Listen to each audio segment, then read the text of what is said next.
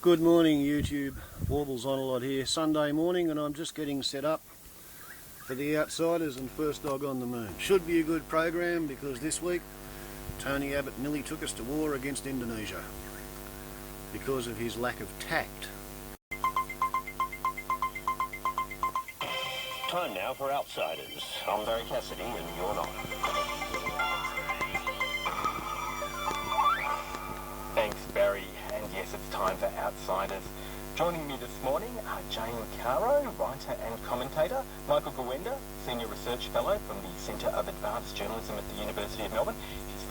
He's also a former editor of the Age newspaper, and comedian and writer, Tony Moclair. Welcome all. Thank you. Hello. Our one story has dominated the news all this week. The revelations that Australia has been spying on Indonesia, and in particular tapping the phone of President SBY and his wife.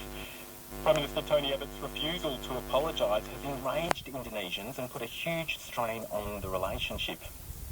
Now, in a moment, I want to get everyone's thoughts on the government's approach to dealing with this issue, but let's start very quickly with the spying itself. Jane, I'll start with you. Did Australia step over a line in tapping the phones of the President and his wife? You know, I wish I knew more about how countries actually do their spying and intelligence. I don't know a lot about it. It doesn't come as a hell of a shock, though, really, does it? So the wife thing seems a bit peculiar to me, I must say. But the trouble with this kind of, you know, secret activities, it's supposed to say secret. And who knows what people are doing while it's a secret, and it gets embarrassing when it's not. I don't know. I don't know who draws the line or why or how. I'm no expert in this area. I don't want my phone tapped, but mind you, if you want to do it, go ahead, because I think it'd make you want to stick forks in your eyeballs to listen to most of my telephone conversations, but presumably the President and his wife are much more interesting to eavesdrop on. Interesting and worthy of spying upon, Michael Gawenda? I don't know. Well, I just wanted to tell Jane, if she wants to know how phones are hacked, she should ask some News Limited journalists. They'll tell her how it's done. She could work out how to do it as well. Apparently it's pretty easy. So if they can do it, I imagine the spy organisations can. I think this is really simple in a way.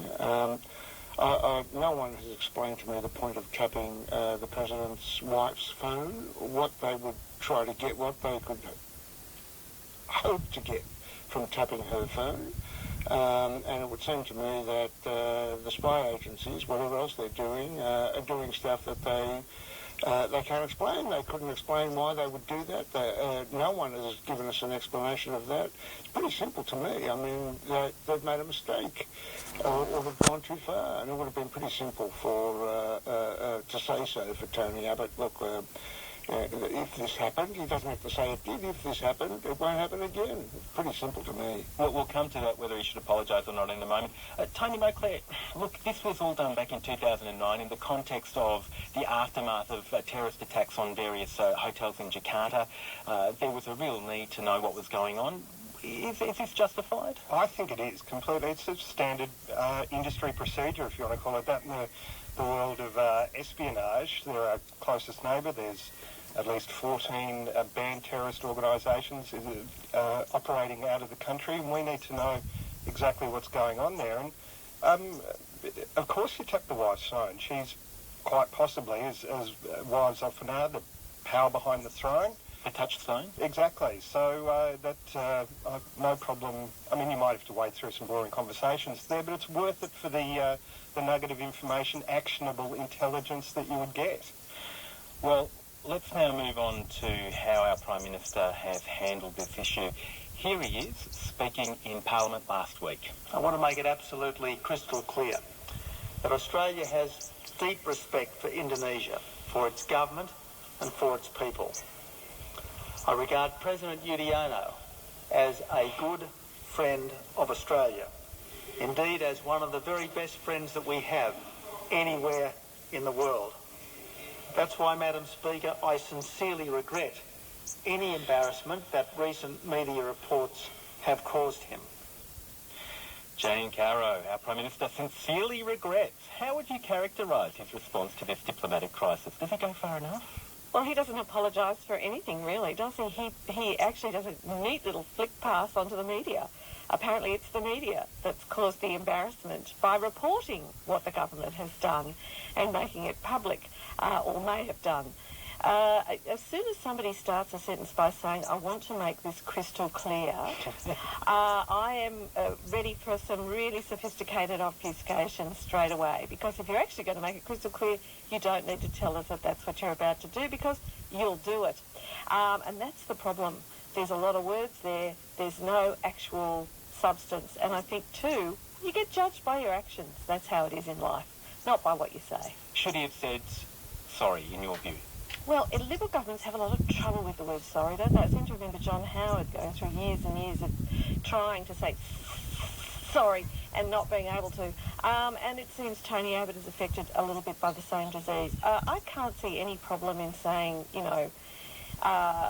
sorry, we won't do it again. I'm with Michael. I'm sure that intelligence agencies do this kind of thing. I'm sure Tony Abbott's phone is probably tapped, and maybe Margie Abbott's too. I've no idea. But if you get caught, you have to withdraw a bit. I guess that's what is necessary. And of course, Tony Abbott's caught in a particularly embarrassing situation because he so needs the Indonesians at the moment. So he's kind of dug himself into a bit of a hole. Why should we say that we shouldn't do it again? I don't understand that undertaking that we're somehow obliged to give. We need to do this. We need to monitor them. We need to know basically what they're up to. And like you just said, Jane, it's kind of open slather in intelligence gathering. So if you give an undertaking that you won't do it again, you kind of, that's cutting off your nose to spite your face. But he's got a problem, hasn't he? He needs the Indonesians to cooperate with him to get his, what I regard as unconscionable stop the boats policy actually to work, or appear to The one work. that he took to the election. Yeah, the one he took to the election, and he's got a problem. So, what do you do? How much do you give? Obviously, the President of Indonesia knows he's got some leverage over the guy, and he's using it as hard as he can. Can I just say on this, I mean, there's been talk about doing what Barack Obama did with Angela Merkel. And people say it's not the same. I mean, we have issues of terrorism with Indonesia that America doesn't have with Germany. Well, that's not true. Of course, the 9/11 bombers were based in Hamburg. There is a lot of evidence that a lot of Islamic terrorist activity comes out of Europe. So there is an equivalent here. Barack Obama didn't admit that there was that her phone had been tapped. He said he didn't know anything about that. Probably Tony Abbott didn't know anything about that either. What he said was, we can see no point in tapping your phone. We won't do it in the future. Now, unless Tony Abbott can explain why Yudhoyono Yono's phone needs to be tapped and his wife needs to be tapped, I think the simple thing to do is say, we weren't responsible for what happened in the past, but in the future, we see no point in tapping your phone or your wife's phone. As for all the other intelligence gathering, he doesn't have to talk about that. It's only about that narrow issue, and I think that it would be easy to solve this. So the long-term damage to the relationship seems to be what we need to look to now. How can you do that right? How can we make that better? Tony, I mean, wouldn't an apology just do that? Well, look, I personally don't think we have anything to apologise for. I don't think what Australia has done is so egregious that it needs a kind of public apology. It just needs possibly the US President to get on the phone and say, look, we screwed up by letting this Snowden guy scoop the building with a lot of damaging emails. Maybe the ABC needs to apologise for going to the public with this. I don't know, Michael, does it pass a public interest test? Do we really need to know? It absolutely, in my view, passes the public interest test. But knowing full well that this sort of thing would happen? Absolutely. These things need to be known. I'm a journalist. I believe in disclosure, and I think the ABC would have acted pathetically as a journalism organisation if it had this information and kept it secret.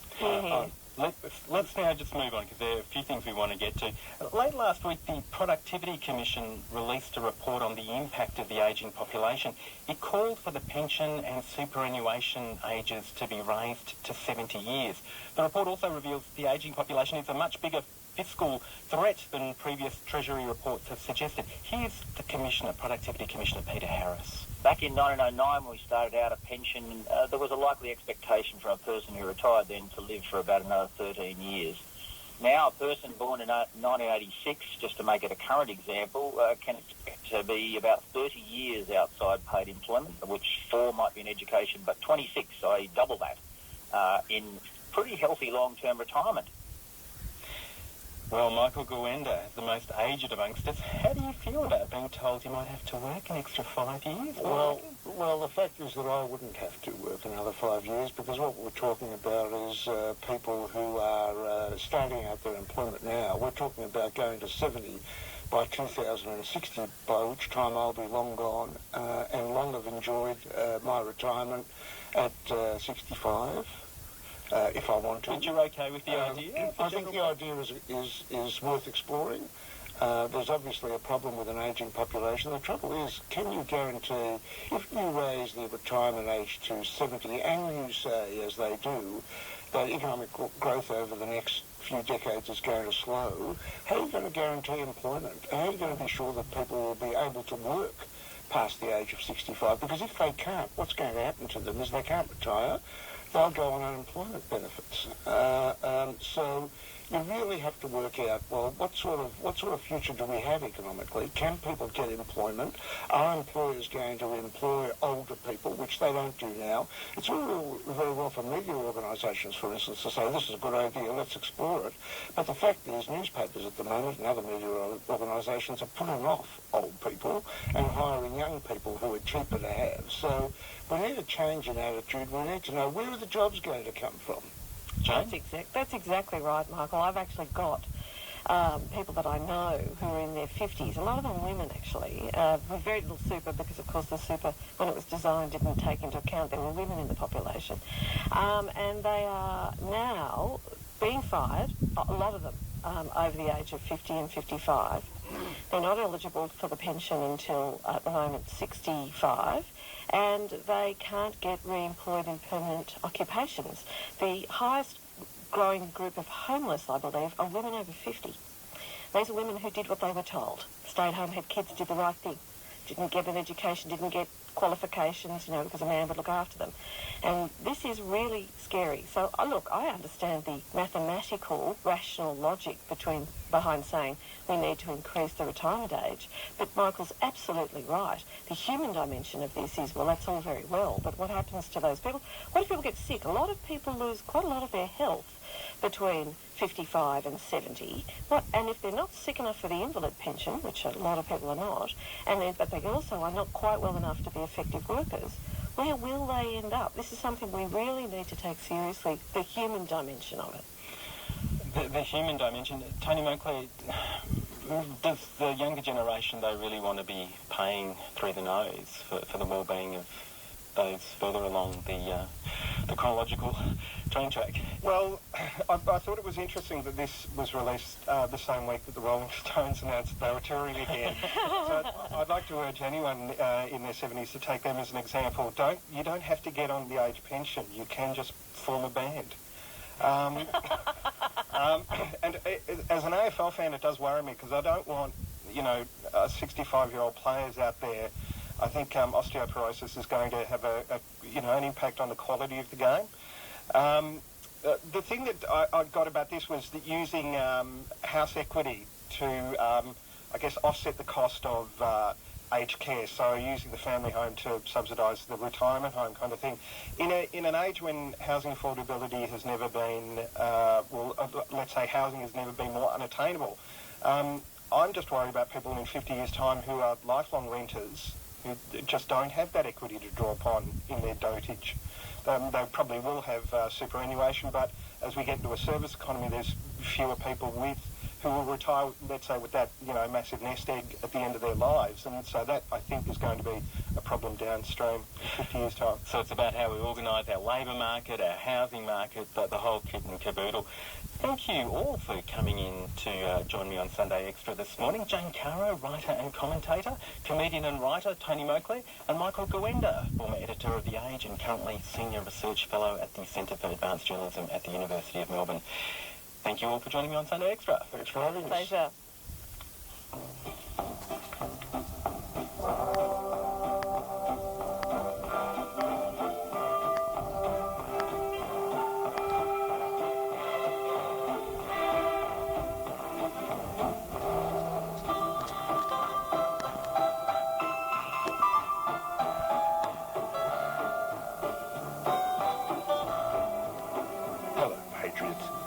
Welcome to First Dog on the Moon's Guide to Modern Living. I'm Walkley Award-winning cartoonist, First Dog on the Moon. Do you remember that Aussie movie from that book by that guy, the one with the beard?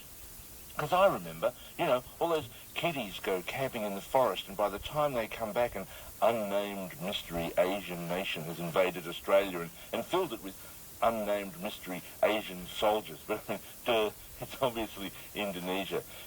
Tomorrow when the war began. They're all so friendly over there, and well, New Zealand is white people like us anyway, right? A remake of the first Tomorrow Red Dawn. when the war began, that's it.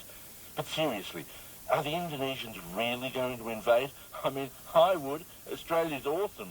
All this space and the funny, delicious animals, and nobody here is a racist, and we're very polite all the time, so what's not to like? I mean, I know they have lots of beaches and jungles and stuff, but do they have fat-tailed dunarts, Smynthopsis crassicordata, which can use fat stored in its tail as an energy source? No, the Indonesians don't have those. It must be driving them crazy. I'm surprised they haven't invaded already.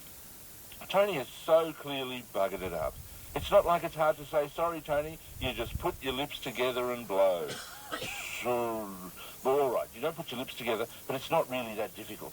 Imagine a huge armada of foreigners coming here in boat after boat. No, not like now, not like the one that Marty Natalagawa is probably down at the beach organising right this minute, filling fishing boats with desperate Iranians. No, an armada of Indonesian Navy ships filled with bloodthirsty Orientals and their gleaming blades and glistening teeth in their strange ways. Have you ever eaten butter chicken? It is off the chain. But seriously, don't pretend you haven't thought about Indonesia invading, and don't think the USA is going to be any help.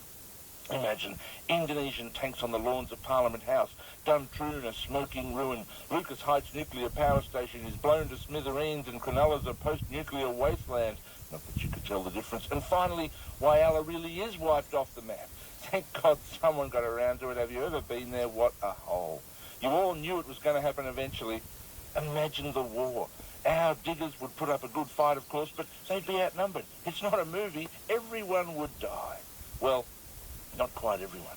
The remaining Australians would be shoved into camps, and then when the war is finally over, Aussies would find themselves living in poverty, derided and dispossessed, aliens in their own country, forced off land they had lived on for generations. We've lived in this country for more than 80,000 days, about 200 years. You can't just come here and take it as if there's no one here, but they can, and they do. Imagine the horror. Imagine the frustration and rage you would feel, especially when they start taking the kiddies off to Muslim orphanages for their own good, of course. We couldn't live like that, no. We'd have to do something about it. These are desperate times. We have to get away. But wait, remember all those fishing boats Tony Abbott purchased? Hundreds of them. Let's imagine another flotilla of tiny, rickety boats. Boats jam-packed with desperate, decent, hard-working Aussie families seeking a better life. A life free of fear and death and poverty, heading out onto the ocean to make the dangerous 2-week journey across the Tasman Sea to New Zealand. They wouldn't all make it, of course. And those that did, the New Zealand Navy would tow some of them back to international waters. Then they take the rest and lock them in detention indefinitely. And the New Zealand Prime Minister would promise that regardless of how cruel they might have to be, that they would stuff the butts. Thanks for listening, Patriots. This has been First Dog on the Moon's Guide to Modern Living, brought to you by the First Dog on the Moon Institute.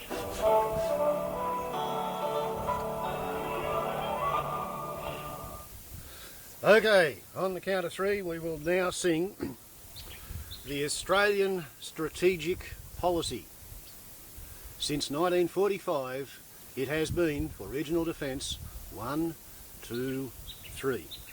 BombJAKARTA, BombJAKARTA, BombJAKARTA, BombJAKARTA, BombJAKARTA, BombJAKARTA, BombJAKARTA, BombJAKARTA. What do you think we had an air base at Butterworth in Malaysia for? So that our Lancasters and Lincolns and Canberras and Phantoms and F-111s could bomb Jakarta, bomb Jakarta, bomb Jakarta, bomb Jakarta, bomb Jakarta, bomb Jakarta, bomb Jakarta, bomb Jakarta. And that's Tony Abbott's goal. He wants to lead us back to 1950, when we would have bombed Jakarta with a mixture of Lincolns and Canberras. Warbles on a lot to YouTube. Ciao.